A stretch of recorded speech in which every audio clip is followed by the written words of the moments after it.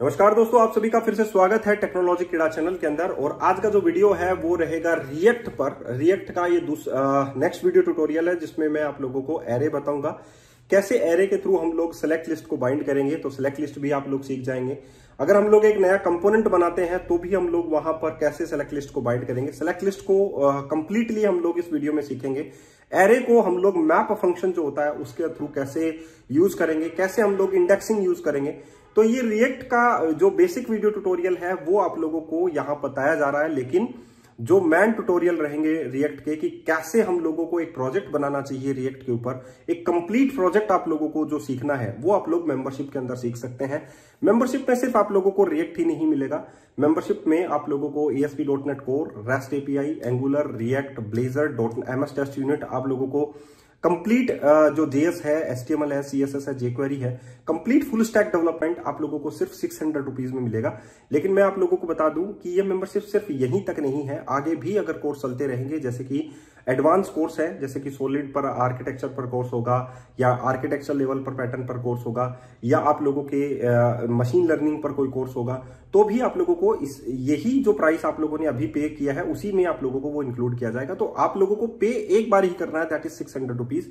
लेकिन इसकी फीस बढ़ सकती है आगे। आज अगर आप लोगों ने पे नहीं किया, आगे चलकर अगर इसकी फीस जिस दिन भी बढ़ गई उस दिन आप लोगों को उतनी ही फीस जो है वो पे करनी पड़ेगी। तो एक 600 रुपीज में अगर आप लोगों को कोई .NET ब्लेजर का भी कोर्स दे रहा है, .NET कोर का भी कोर्स दे रहा है, वेब API का भी कोर्स दे रहा है, तो ये आप लोगों के लिए सबसे ज्यादा बेनिफिशियल है। और मैं ये कहूंगा कि ये नॉर्मल कोर्स नहीं है, ये प्रोजेक्ट बेस्ड कोर्स है। और प्रोजेक्ट में आप लोगों को बहुत कुछ सीखने को मिलता है कि कैसे इन चीजों को डिजाइन किए जाते हैं। फंडामेंटल आप लोगों के क्लियर होते हैं।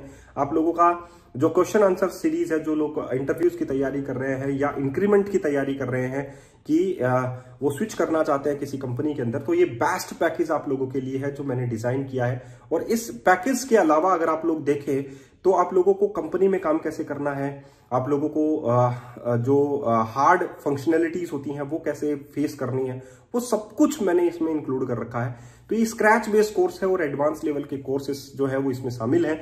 तो मैं यही कहूंगा, जिन्होंने अभी तक मेंबरशिप नहीं ली है वो आज ही ले लीजिए। कल इसकी फीस बढ़ेगी तो आप लोग जो है कल एनरोल होंगे तो आप लोगों को भी लगेगा कि 600 रुपीज पे करना ठीक था।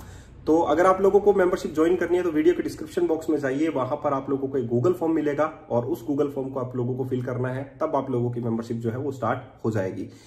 तो चलिए अब हम लोग चलते हैं और आप लोगों को रिएक्ट का एक नेक्स्ट वीडियो जो है आप लोगों को प्रोवाइड कराते हैं, जिसमें आप लोगों को एरे और सेलेक्ट लिस्ट बताया जाएगा।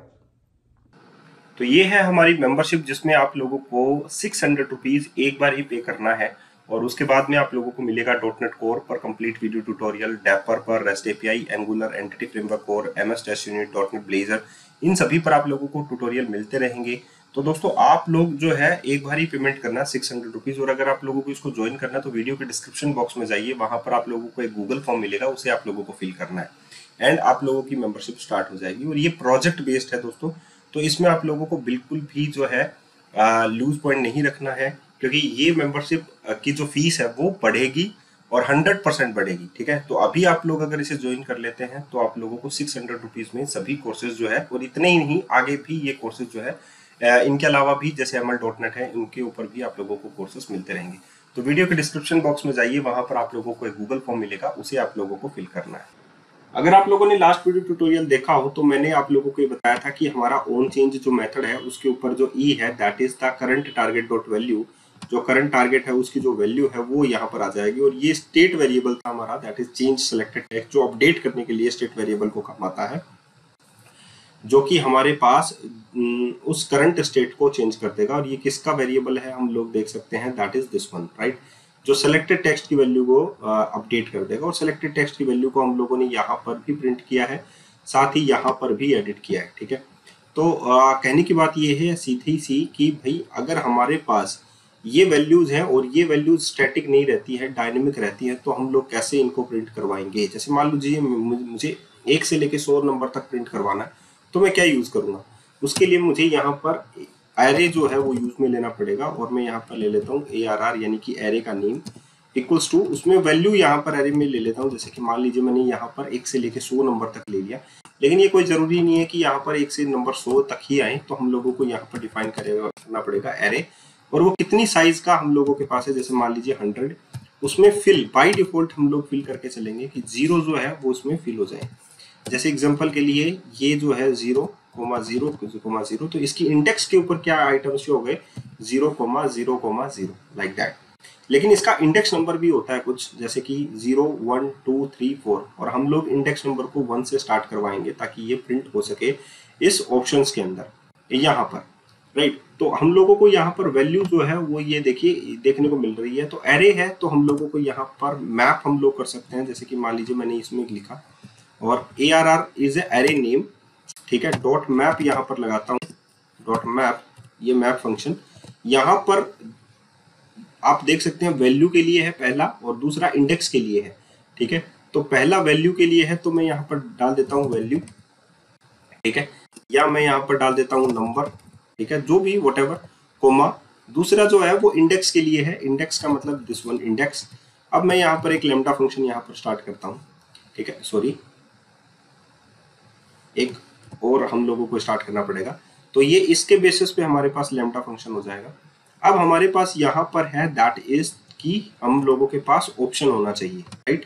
तो मैं इसको कंट्रोल X करता हूँ और यहाँ पर मैं इसको पेस्ट कर देता हूँ, ठीक है, ताकि आप लोगों को समझ में आए। अब ये ऑप्शन टैग इसमें बनेगा, वैल्यू जो होगी वो यहाँ पर क्या होगा, index, that is the index +1। Index की जो वैल्यू है वो यहाँ पर रहेगी और यहाँ पर जो नंबर है वो आप लोगों का रहेगा इंडेक्स +1, ठीक है। अब यहाँ पर एक प्रॉब्लम यहाँ पर बस इतना सा है कि यहाँ पर ये दो वैल्यूज नहीं आएंगी क्योंकि वो एरे के अंदर है, तो एरे के अंदर तो घूमता रहेगा, राइट। तो यहाँ पर हम लोग ये कर्ली ब्रैकेट यूज कर लेते हैं। देखिए नंबर, पहले आप लोगों के पास ये ब्रैकेट क्लोज होगा, उसके बाद में आप लोगों के पास ये ब्रैकेट क्लोज होगा। तो इंडेक्स +1 जो है यहाँ पर, इंडेक्स जो है +1 हम लोगों को ऐसे ही प्रिंट करना पड़ेगा, ठीक है।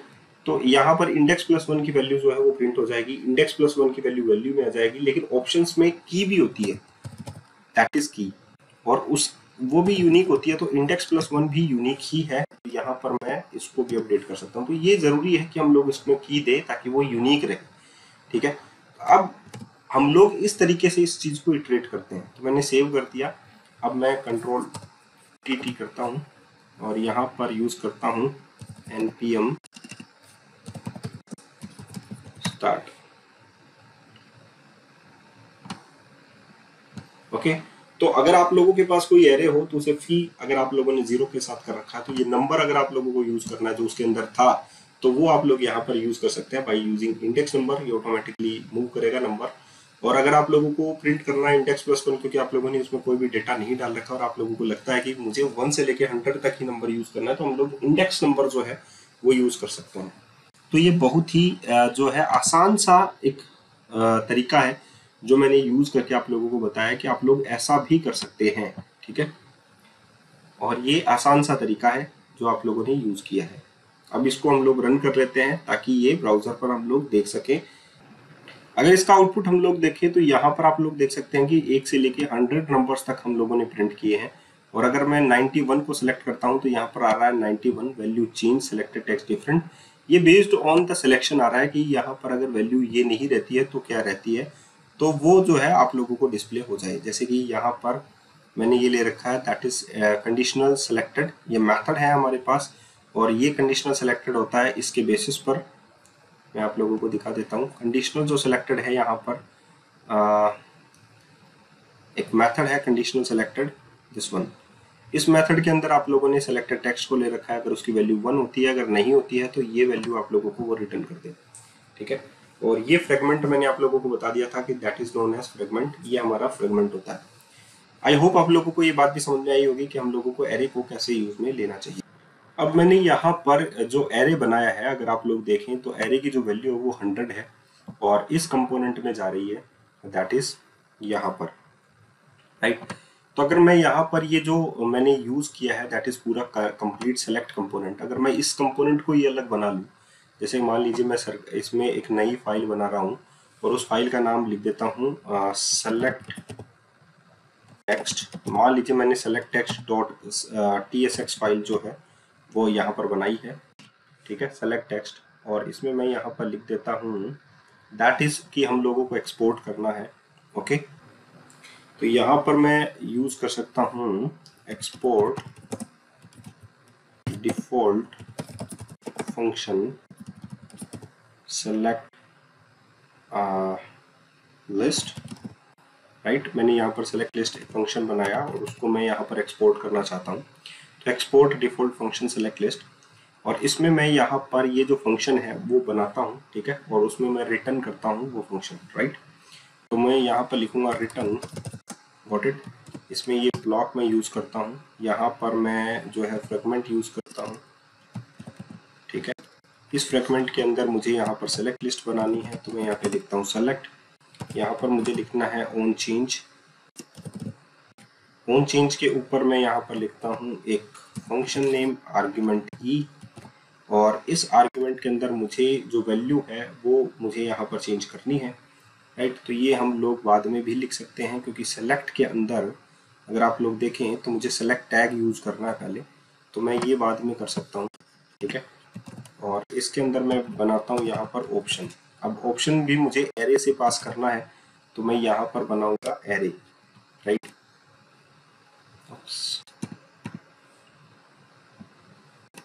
तो यहाँ पर मुझे लेना है const array ARR equals to array of size. अब मुझे यहाँ पर जो साइज है वो मान लीजिए यहाँ पर मैं मुझे प्रॉपर्टी से डिफाइन करनी है, तो मैं यहाँ पर लूंगा props colon that is number interface, ठीक है। ये नंबर जो है वो एक इंटरफेस है, तो यहाँ पर मैं इंटरफेस डिफाइन कर सकता हूँ, इंटरफेस नंबर इंटरफेस। और यहाँ पर उसकी जो मैक्स वैल्यू है that is max value is, यहाँ पर मैं ले लेता हूँ से टाइप ऑफ नंबर, उप्स, यहाँ पर मैं ये ले लेता हूँ दैट इज एरे साइज ले लेता हूँ, ठीक है, colon it's a type of number. अब यहाँ पर जो प्रॉपर्टी है उसकी जो एरे साइज है वो हम लोग यहाँ पर लिख सकते हैं, तो props that is property dot array size, ये उसका हो जाएगा डॉट फिल, मैं उसमें यहाँ पर 0 से पास कर सकता हूँ, ठीक है। तो ARR जो है वो यहाँ पर मुझे यूज करना है सेलेक्ट लिस्ट के अंदर, तो वो हम लोग कैसे करेंगे, वो हम लोग यूज करेंगे this one ARR dot map function. और इस मैप फंक्शन के अंदर मुझे दो चीजें बनानी होती है, दैट इज इंडेक्स, एक तो नंबर जो मुझे काम में लेना है वो मुझे यहाँ पर कोई काम में नहीं लेना है, मुझे इंडेक्स काम में लेनी है, तो इसके लिए मैं यहाँ पर ये फंक्शन बनाऊंगा, राइट। अब मुझे यहाँ पर जो इंडेक्स है वो ऑप्शन के अंदर काम में लेनी है, राइट। तो यहाँ पर मैं ऑप्शन के अंदर जो वैल्यू है वो बाइंड करूंगा, राइट। तो आप लोग जो ऑप्शंस बना रहे हैं वो कहाँ पर बनाऊंगा, मैं इसी के अंदर बनाऊंगा, राइट। तो यहाँ पर जो वैल्यू है वो इसी के अंदर हम लोगों को लिखनी है, जो इंडेक्स है वो इसी के अंदर हम लोगों को लिखनी है, तो हम लोग यहाँ पर लिखेंगे ऑप्शन, राइट। यहाँ पर मैं लिखूंगा की, राइट, और इसमें मैं लिखूंगा इंडेक्स +1, राइट। इसमें हम लोगों को लिखनी है वैल्यू, और इसमें हम लोगों को लिखनी है इंडेक्स +1, राइट।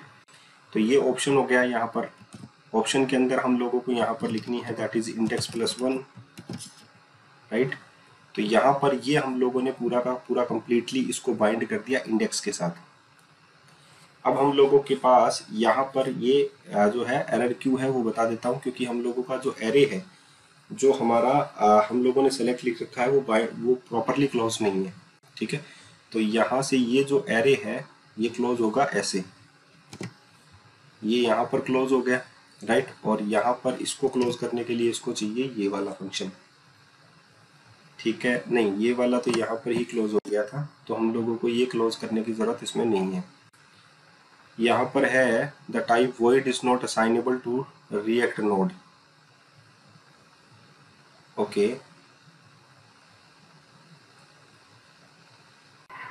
यहाँ पर क्या हुआ, मैंने ये गलत लगा दिया आप लोगों के लिए, क्यों, क्योंकि ये एक्चुअल में ऑप्शन कोई वैल्यू नहीं है, तो यहाँ पर ये जो है दोनों ही गलत हैं, तो ऑटोमेटिकली ये सही हो जाएगा आप यहाँ पर।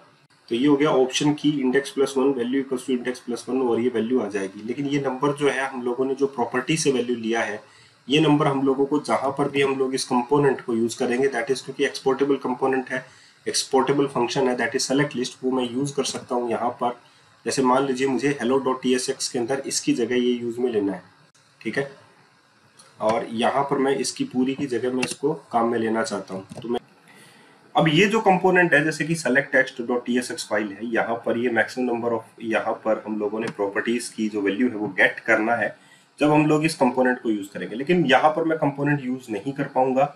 उसका रीजन क्या है, जैसे कि मान लीजिए मैंने यहाँ पर लिखा सेलेक्ट लिस्ट, जैसे कि मान लो मैंने ये लिखा सेलेक्ट लिस्ट, लेकिन यहाँ पर अगर आप लोग देखें तो हमारे पास कंपोनेंट का नेम छोटा है।